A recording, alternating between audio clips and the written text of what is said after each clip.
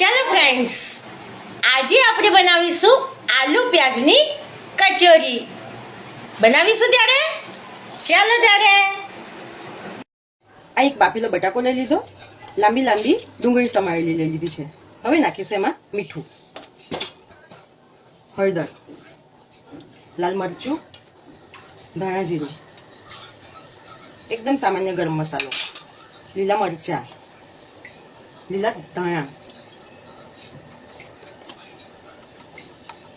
અને થોડું સ્પાઇસી લાલ મરચું, કાલી મિર્ચ પાવડર,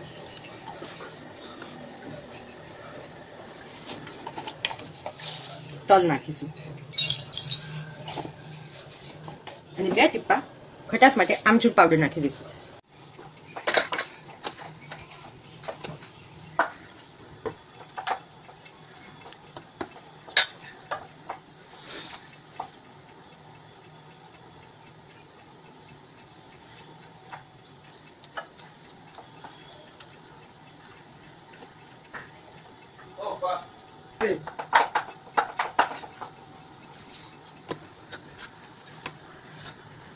બે જ વેલણ મારી દઈશું, પાતળી પાતળી.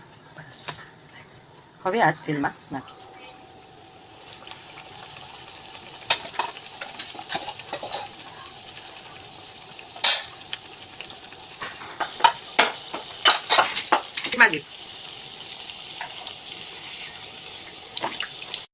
આ થઈ ગઈ આપણી આલુ પ્યાજ કચોરી તૈયાર.